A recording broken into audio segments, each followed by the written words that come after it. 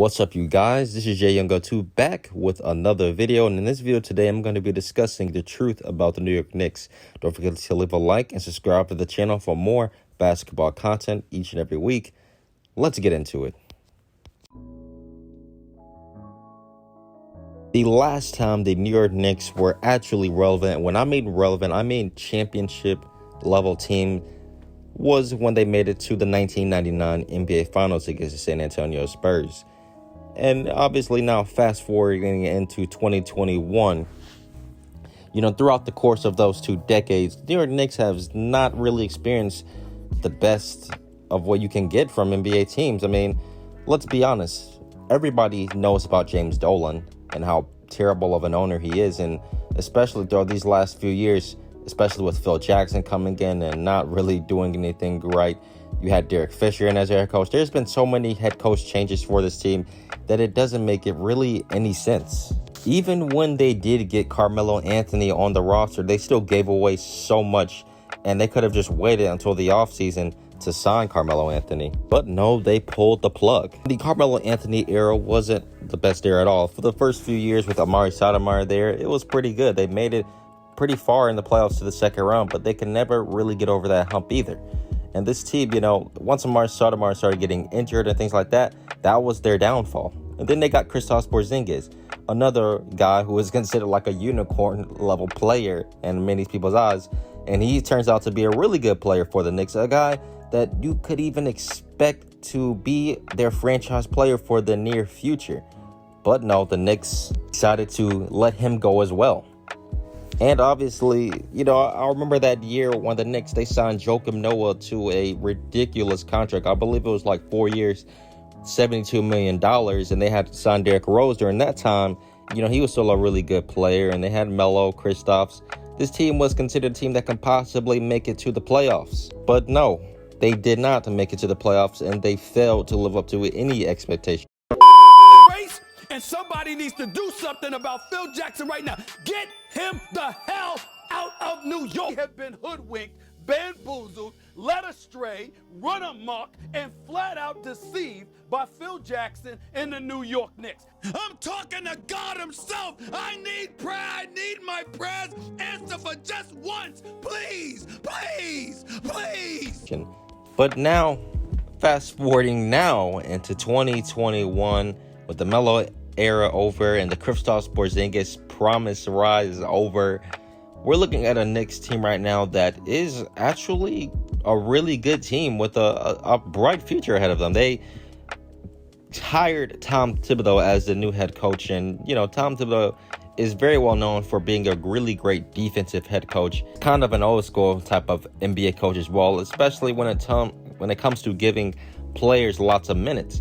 I believe Julius Randle averages over 38 minutes a game. And if you remember when he was the head coach of the Timberwolves, Jimmy Butler was playing like 40 minutes a game. And many people say due to Derrick Rose's injury, that could have definitely been prevented if Tom Thibodeau did not put him out of the game, because they were already up 12 points in that game against the 76ers. But regardless of that, he's definitely been one of the most staple points of the Knicks really being a good team this year. He's definitely set the tone since day one for this Knicks franchise, how this team is going to play. And when you look at the talent that this team has, you have a lot of young talent. Julius Randle, he's in the midst of his prime, and he's going to be an all-star this year for this Knicks team. He's playing at a very high level, and we all know what Julius Randle is capable, and if you don't, then he's a very great scorer. He's athletic. He can finish around the rim. He can post up. He can shoot. He's a really good overall offensive player. Not to mention, you still have RJ Barrett as well on this team as well, and he's playing very good this year. He's improved compared to last season. He's a solid level player with a lot of room still to grow in just his second year of his NBA career. During this last stretch for the New York Knicks, since Mitchell Robinson as well, who's another really good player who's been out, Nerlens Noel has definitely helped out as well, and he stepped up doing things that he normally does: get rebounds, defend, and protect the paint. They have another rising talent in Emmanuel Quickley, who's definitely shown that he's more than capable of being a starter level player for this New York Knicks team. He's definitely in that contention as well to win Rookie of the Year this season.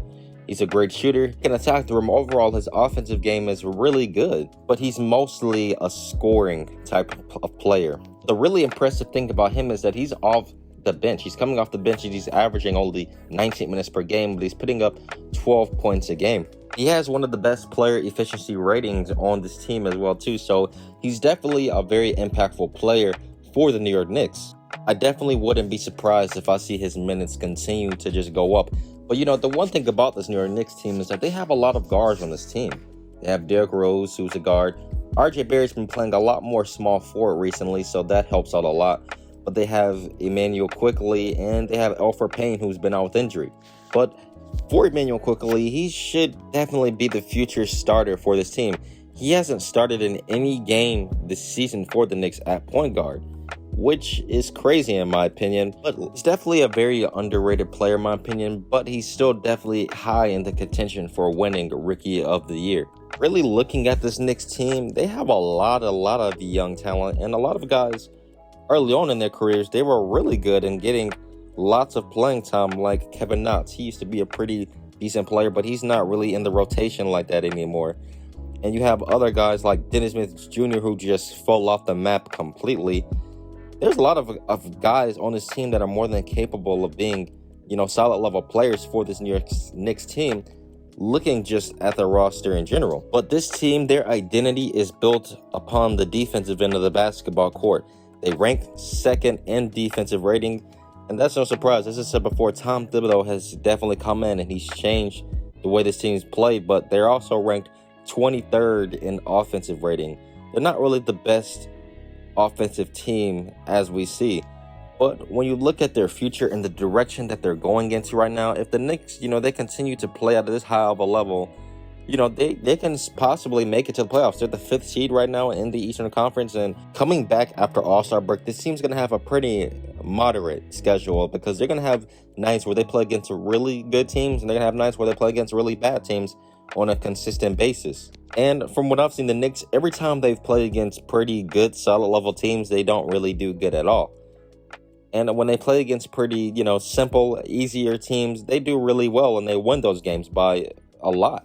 It's definitely going to be interesting to see how they come back after All-Star break. But, nobody, in my opinion, right now still is going to want to play for the New York Knicks. Yes, they are the biggest market in basketball. It's one of the most lucrative franchises in the sports world.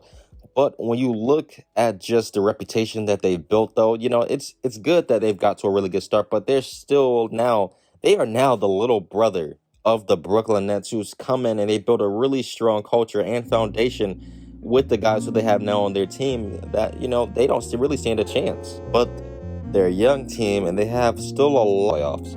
But, only time will tell, and we'll see how things go out. I hope you guys...